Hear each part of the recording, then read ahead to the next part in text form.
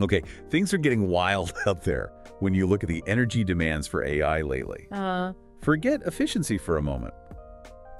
The big story now is just finding enough power. Yeah. I mean, I saw a BBC report that Microsoft might need to, dust off an old nuclear power plant just for its AI. Yeah, that really highlights the critical point we've hit, doesn't it? It feels like a huge deal. It is. The sheer computational hunger of modern AI is slamming up against some very real physical limits. Which is exactly why we're doing this deep dive today. Right? We're diving into neuromorphic computing. Basically, think of it as learning energy efficiency from the absolute expert, the human brain. Exactly. And applying those lessons to build new kinds of computers, both hardware and software. So we're going to explore this whole emerging field. We've got a few different sources to guide us. We do. Some really good YouTube videos, one from Seeker that gives a nice overview, and another from the Royal Institution with Professor Mentink sharing some really cutting-edge stuff. And then, for digging into the real details, the nuts and bolts, we have a big Nature article from some leading researchers. Perfect. So for you listening, the learner you know, someone who wants to get up to speed fast, find those aha moments without getting bogged down. Consider this your shortcut. Yeah, we've waded through it all to pull out the most important bits, the big picture on how this brain-inspired tech might solve some major computing headaches. Our mission is really to connect the dots between these different viewpoints and understand the real potential here. Can neuromorphic computing get us past the limits we see today? That's the core question. So let's jump right in. Why all the buzz around neuromorphic computing now?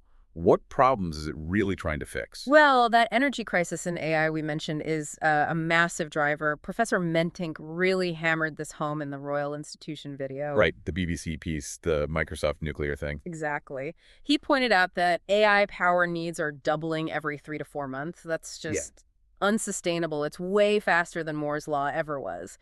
It's kind of mind-boggling, isn't it? We push to make AI smarter, faster. But what if we just run out of juice to power it all? It's a genuine worry, and it's not just about the raw energy draw. Professor Mentink also brought up privacy and security concerns. Think about all our personal data flowing into these huge centralized data centers. We're kind of losing control over our own information. That phrase he used, take back control in IT, that really resonated. We trust so much to these giant unseen systems. We do. And this is where neuromorphic computing starts to look really interesting as an alternative. How so? Well, imagine fast, really energy-efficient computing happening right there on your device, your phone, your speaker. That's edge computing, right? Exactly. It could massively reduce the need to constantly send your data off to some remote server farm. Okay, so my phone could handle complex AI stuff locally without pinging a server constantly. That sounds way bigger for privacy and probably faster too. Absolutely. And there's another layer to this. The Nature article hints that by copying the brain, neuromorphic systems might even, break through current computational barriers. Meaning we could potentially compute things that are just impossible with today's digital computers, tackle entirely new kinds of problems. Wow. Okay, that's a huge claim. So what is neuromorphic computing? Fundamentally, what's the core idea? At its heart, it's about designing computer systems, the hardware and the software, based on how the human brain is built and how it works. So mimicking the neurons and the synapses, the connections between them. Precisely. It's not just brain-inspired software on regular chips, it's building chips that operate more like a brain. Okay, how's that different from my laptop processor? Good question. Most computers today use what's called the von Neumann architecture. Basically, you have separate bits for processing the data and for storing it, the memory. Right, CPU and RAM. Exactly. And data has to constantly shuttle back and forth between them. This creates a traffic jam, the von Neumann bottleneck. It slows things down and burns a lot of energy. Like having the factory workers in one building and the parts warehouse way across town. Lots of travel time. That's a great analogy, yes. Lots of wasted time and energy just moving data around. Okay, I get it. So how does neuromorphic computing avoid that traffic jam? It puts the processing and memory much closer together. Often, they're essentially co-located, right there on the artificial neuron. So each neuron can handle its own data locally. Pretty much. It dramatically cuts down on that data shuffling. Makes intuitive sense for efficiency. Yeah. What else makes these brain-like computers different? Well, the Nature article and the Seeker video point out a few key things. They're massively parallel. meaning they have tons of processing units working all at once, like the billions of neurons in our brain. This also makes them scalable, need more power, add more chips. Like adding more brain cells, sort of? Kind of, yeah. They're also event-driven. Event-driven. So, unlike traditional chips that are always on, neuromorphic neurons only use power when they actually receive a signal, a spike of information. Again, very much like the brain. Super efficient. Okay, only active when needed. Right. Plus, they tend to be adaptable, they can learn and change, what we call plasticity, and they're often quite fault-tolerant. Because the processing is spread out, if one little bit fails, the whole system doesn't just crash. That sounds robust. Yeah. A bit like how our brains can handle losing some cells without total failure. Yeah. Okay, let's get into the specifics. What technologies are actually making this happen? Any key examples? Yeah, in-memory computing is a big one. Professor Mentink talked about this quite a bit. In-memory computing. Right. It integrates a core math operation for AI matrix multiplication directly into the memory hardware itself. It uses these special memory components called memristors. Memristors, I've heard of those. Resistors that can remember their state. Exactly. They can change the resistance based on signals they get, and crucially, they hold that state. Okay, clever. Yeah. But how does that help with speed and energy? Well, you arrange these memristors in a grid, like a crossbar. This setup lets you perform those matrix multiplications in a highly parallel way, physically, using the laws of physics, basically. Professor Mentink explained that for really big neural networks, this could be a game changer for scaling. You might go from calculations taking exponentially longer as the network grows, like order n squared, down to something almost constant, maybe order 1. Whoa. So, like, checking every Sudoku square one by one versus somehow checking whole rows and columns simultaneously. That's a good way to think about it. Massive potential for speed up and energy savings. Incredible. What are these memristors made of? Sounds exotic. Professor Mentink listed a few. Phase change materials, metal oxides, things called magnetic tunnel junctions, ferroelectric tunnel junctions.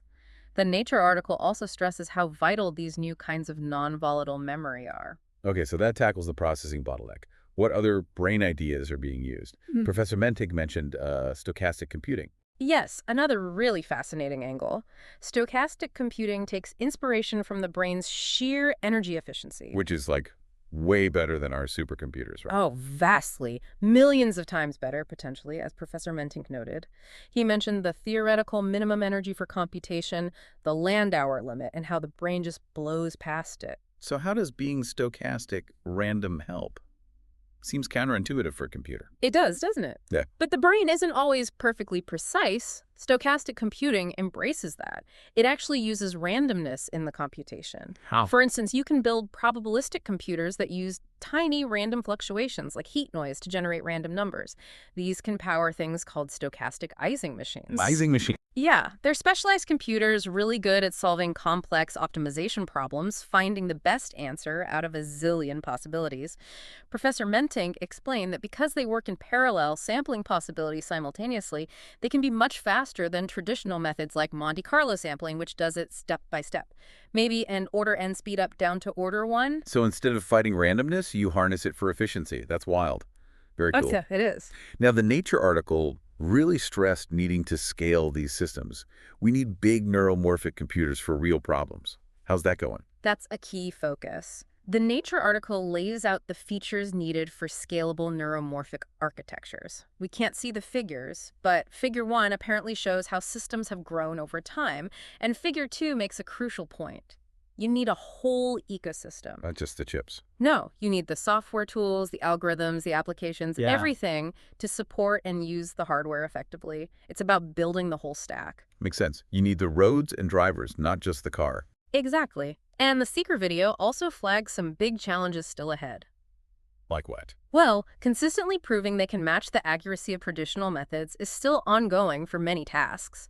The software and algorithms tailored for neuromorphic hardware are still relatively new. Right. Making the systems easy for non-experts to use is another hurdle. And we lack really good standardized benchmarks to compare performance fairly against normal computers. Okay. Significant challenges. But the Nature article did mention a growing community, right? Who's involved? Oh yeah, it's a diverse crowd. University research labs worldwide, Government projects like from the U.S. military, big tech companies, Intel, IBM are major players. Both Nature and Seeker confirm that. Professor Mentink also mentioned pioneering work happening in the UK too. And we're seeing actual chips now. Professor Mentink named some examples. Definitely. It's becoming much more tangible. Intel has Loihi, now Loihi 2, and their Pohwiki Beach system. IBM developed True North years ago, focusing on low power for embedded uses. Professor Mentink mentioned the Tianjik chip. That's the one powering a self-driving bike, which is pretty cool. Yeah. Shows real-world potential. A self-driving bike, wow. Yeah. Then there's Spinnaker, developed partly by Professor Ferber's group at Manchester and Brainscales in Europe. Professor Ferber's work, highlighted in the Royal Institution video, shows this clear trend: researchers building networks with more and more artificial neurons over time. So the scale is increasing. Definitely. And more recently, Intel announced HaloPoint, which they're calling a neuromorphic supercomputer. So large-scale systems are emerging. Feels like we're moving past theory into real hardware.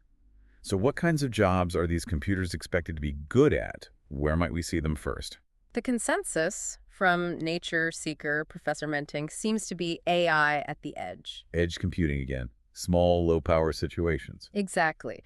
Driverless cars making split-second decisions, autonomous drones, robots interacting with the world, smart home devices understanding you locally. Yeah, you don't want your self-driving car to need a power station in the trunk. Precisely.